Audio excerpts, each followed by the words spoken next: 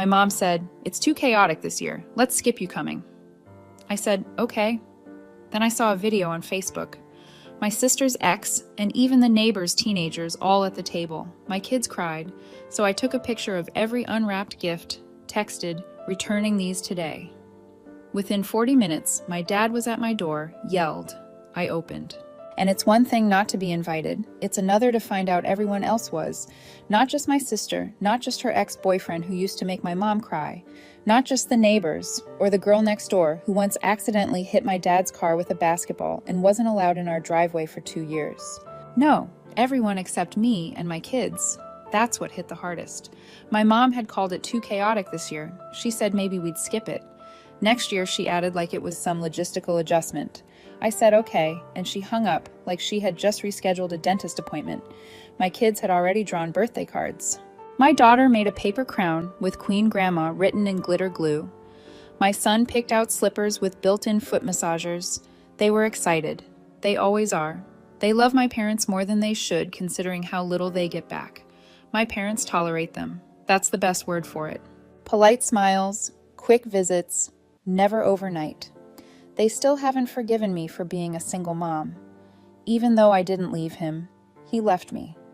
He lives out of state now, but calls the kids every single night, pays for their health insurance, sends gifts, asks about their day. He doesn't speak to me much, but he never disappears on them. And yet, somehow, in my mom's eyes, that makes me the failure. I thought this year would be different. I'd been planning her birthday gift since March. It was a set of gold jewelry, necklace, bracelet, earrings, $7,800. I skipped everything for it. Coffee shops, clothes, dinners out. I clipped coupons like it was my job. I wore the same boots with a hole in the sole through April, but I didn't touch a single dollar from the kids' fund. They had what they needed. I just figured if I gave her something unforgettable, maybe I'd finally be seen again. The day before her birthday, I didn't hear anything. Then that night, my cousin sent me a video. It was already up on Facebook. My mom was sitting at the head of the table, blowing out candles on her favorite lemon cake. My sister was on one side. Her ex, the one my mom used to say she couldn't stand, was beside her. Their baby in a high chair. The neighbor's teenage kids. Even a coworker from mom's old job who I haven't seen in 10 years. Everyone but us.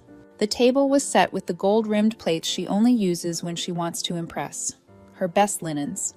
The flower arrangement I'd sent her that morning was sitting at the far end of the table. I spotted the card still in it unopened. I didn't cry. I didn't even call her. I waited until the kids went to sleep. And then I took out every single gift we'd wrapped for her, for my dad, for my sister's baby. I unwrapped them. I laid them all out. I took a photo, sent it to the family group chat, texted, "Returning these today." 40 minutes later, my dad was pounding on my door. "Are you out of your mind?" he shouted. I opened the door. He stormed in without waiting. Looked at the unwrapped gifts like I'd smashed something holy. He didn't ask about the kids, didn't ask how I found out, didn't apologize, just said, "You don't embarrass the family like this." I said, "You invited the whole neighborhood and left us out." His face didn't change, just shrugged and said, "We needed things to be quiet this year with your sister visiting." Then he walked out. No explanation, no defense, nothing for the grandkids watching from the stairs. The next morning, I drove to the jeweler and gave them back the gold set. I didn't even ask for the full refund, told them to restock it. Something in me shut off that night, and it's not coming back. After I returned the jewelry, I thought maybe that would be the end of it. Maybe they just iced me out like usual, pretend I overreacted, move on like nothing happened. But that's not what happened. It started with silence.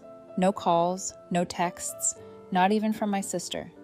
And then 2 days later, my mom posted a photo on Facebook. Her and my sister, arms around each other on the porch, holding coffee mugs like it was some perfect morning in a perfect world. Caption said, "So grateful to have my baby home for a while." A while. That caught my attention. My sister lives on the other side of the country, supposedly has some high-profile job in tech marketing or real estate or consulting. The story changes every time my parents brag about her. She's always in glossy airports or minimalist apartments with candles burning in the background. But in the photo, she was wearing the same hoodie I saw her wear in the birthday video. Hair pulled back, no makeup, tired. I didn't think too much about it until I got a call from Aunt Leia. She never calls unless someone's dying or drunk.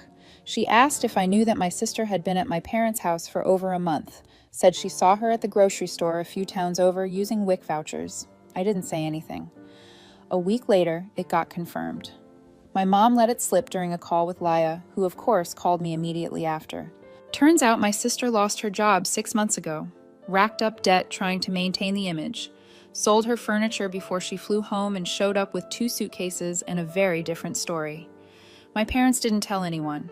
They wanted it to look like she was just visiting. Still golden, still successful, but now she's been living there in the room that used to be mine. They're covering her car insurance, paying her phone bill, pretending like it's temporary. Meanwhile, I was still hearing nothing from them. No apologies, no explanation. That weekend, I got a message from my dad. Short, said, "Can we talk?" I didn't answer. 3 hours later, another one. This time from my mom. "Your sister's going through something. It's been very hard on all of us. We need to talk." I stared at that message for a long time. Not a word about what they did to my kids. Not a word about the dinner, the gifts, the screaming on my porch. Just a request. I ignored it. 3 days later, my sister texted me.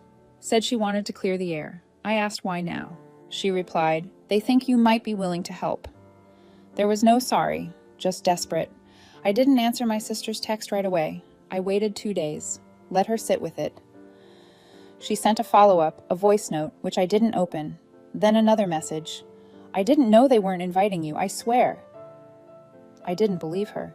Maybe she didn't know at first, but she definitely knew once the food was being passed around the table and my kids weren't there. She knew when my chair sat empty. Still, I replied, "What is it that they want?" She wrote back, "I think they want you to help me financially." Just like that. No easing into it. No pretending they wanted to fix things. I almost laughed. They wanted money from the daughter they told to stay away. From the daughter whose kids weren't even good enough to sit at the table. I didn't reply. Instead, I texted my mom and said we could talk in person. She replied with, "Oh, thank God. Your dad and I were hoping we could all move past this." She said they'd be over that weekend. I told her I'd cook. When they showed up, my mom brought a pie. My dad brought nothing but his usual self-righteousness. They walked in like nothing happened. Said hi to the kids. My daughter clung to me. My son didn't look up from his tablet. We sat down. I served lunch. We made small talk. Then my mom sighed and said, "You know your sister's situation. She's been having a rough time. It's not her fault the company downsized.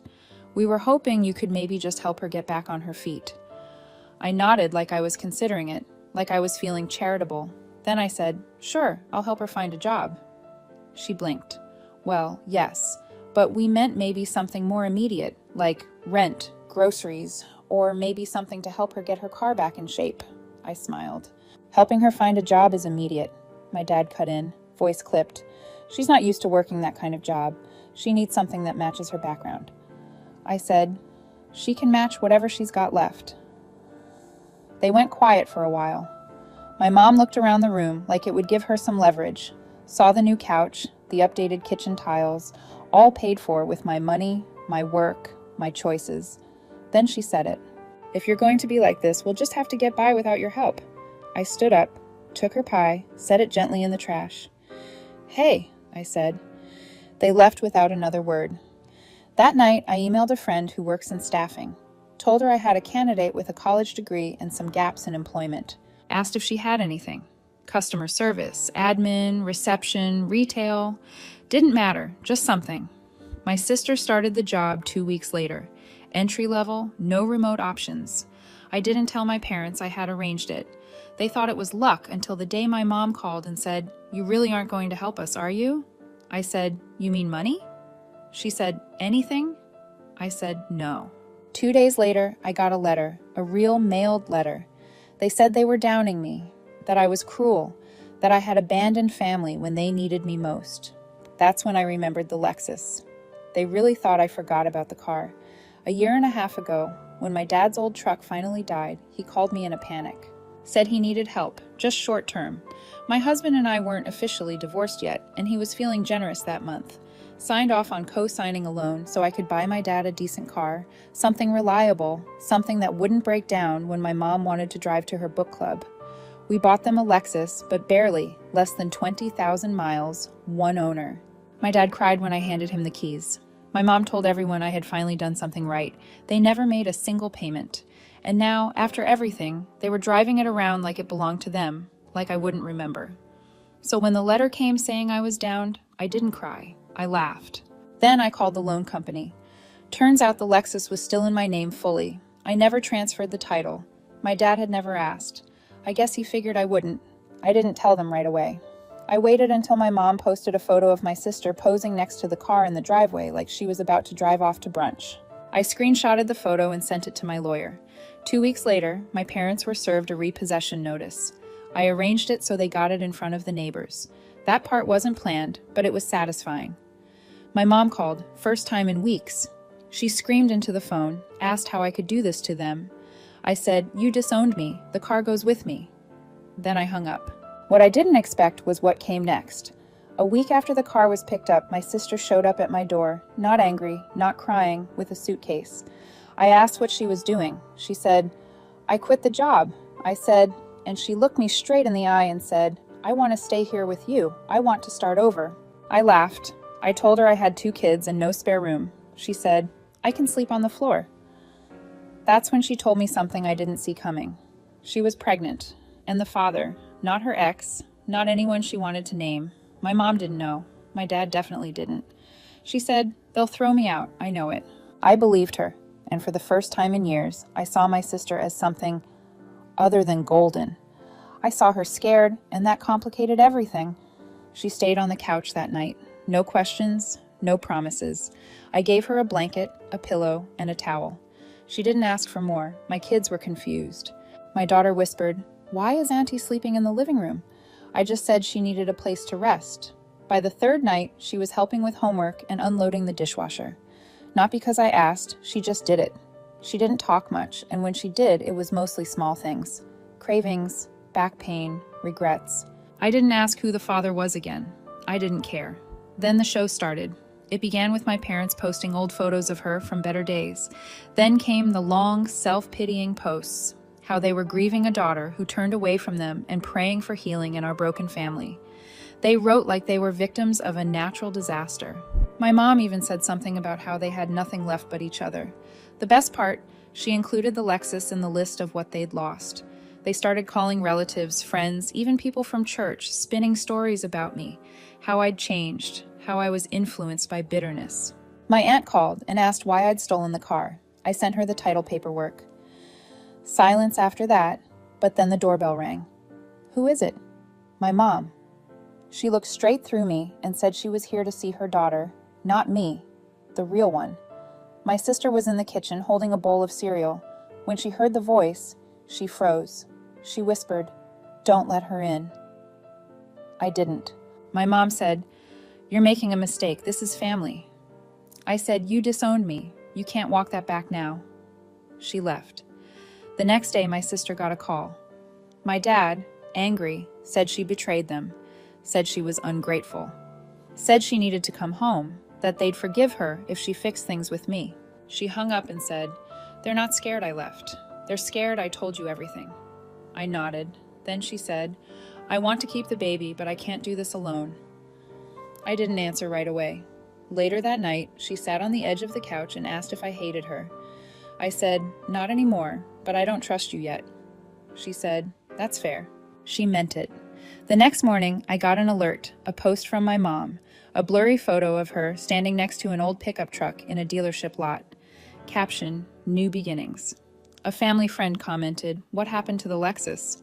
My mom replied, "Ask Jennifer." So I did. I left a comment right underneath it, sold it, paid off the loan, used the rest for my kids. I didn't get a reply, but she read it. I know she did.